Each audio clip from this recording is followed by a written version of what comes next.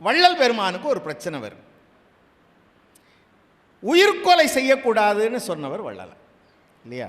உயிர்கொலை செய்யக்கூடாது. அடுத்த உயிர் அது என்ன உயிராக இருக்கட்டும். அதனால தான் இந்த சிறு தெய்வங்களுக்கு பலியிடுதலை எல்லாம் எதிர்த்தவர் வள்ளல் பெருமான். வள்ளுவனும் அதை எதிர்க்கிறான். உயிர்கொலை செய்யக்கூடாது வள்ளுவன் சொல்லுகிறான். எல்லா உயிரும் தொழும். யாரு? கொல்லான் ஒருவனை பார்த்தா அவனை எல்லா உயிரும் தொழும் வள்ளுவன் பேசும்.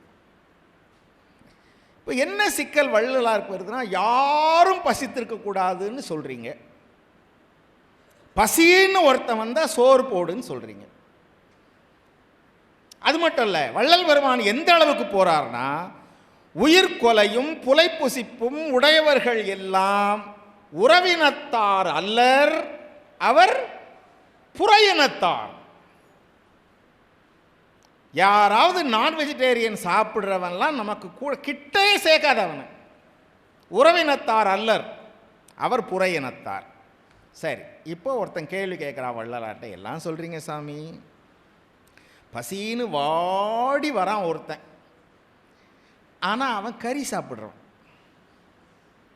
அவன் உறவினத்தார் அல்லர் புறவினத்தார்னு சொல்கிறீங்க. இப்போ அவனுக்கு சோறு போடலாமா வேணாமா? நியாயமான கேள்வியா? கரிசோறு சாப்பிட்றவனா கிட்டேயே சேர்க்காதன்னு சொல்கிறீங்க. ஒருத்தன் வர்றான், பசியில் வாடி கிடக்கிறான், தண்ணி ஊற்றலான்னா செத்துருவான் போல இருக்கு, ஆனால் கறி சாப்பிட்றவன், நான் என்ன பண்ணுறது?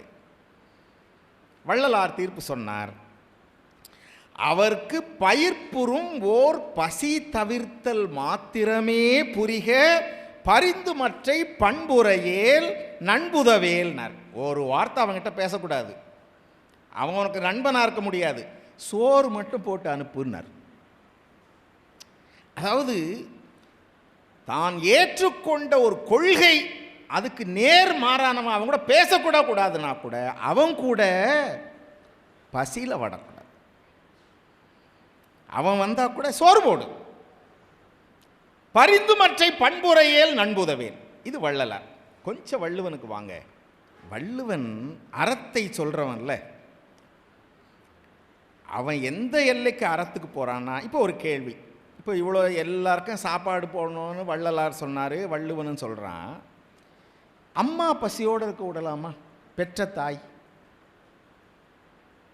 இந்த அம்மா பசிக்கு வாடுறா பிள்ளை கோதானம் பண்ணுறான்னு ஒரு பழமொழி சொல்லுவாங்க. பெற்ற தாய் பசியோடு இருக்கிறா, பெற்ற தாய் பசியோடு இருக்க விடலாமா? என்ன சொல்லுவீங்க? பெற்ற தாய் அவ பசித்திருக்க விடக்கூடாது இல்லவா? வள்ளுவன் பெற்ற தாயாயிருந்தாலும் சரி, அவ பசிச்சு கிடந்தாலும் விடுறான். இது வியப்பா இருக்கு உங்களுக்கு. வள்ளல் பெருமான் என்ன சொல்றார்? எனக்கு முழுதும் முரண்பாடான ஒரு ஆளாக இருந்தா கூட பசின்னு வந்தான்னா சோறு மட்டும் போடு, பேசாத, அமுச்சு விட்டுரு. வள்ளுவன் என்ன சொல்றான்? பெற்ற அம்மாவாகவே இருக்கட்டும், பசியில் இருந்தா கூட பரவாயில்லன்னு விடு. எப்போ தெரியுமா? ஈன்றாள் பசி காண்பான் ஆயினும் செய்யற்க சான்றோர் பழிக்கும் வினை. பெரியவர்கள் நல்லது என்று சொன்ன விஷயத்திலே இருந்து மாறிதான் அம்மாவுக்கு சோறு போடணும்னு வந்தா, அம்மா பட்டினி கிடந்தாலும் பரவாயில்லை, அறவாழ்க்கையில் இருந்தும் மாறிவிடாதே என்று வள்ளுவன் பேசுகிறான். இந்த புரண் நமக்கு எவ்வளோ அழகாக இருக்கு பாருங்க.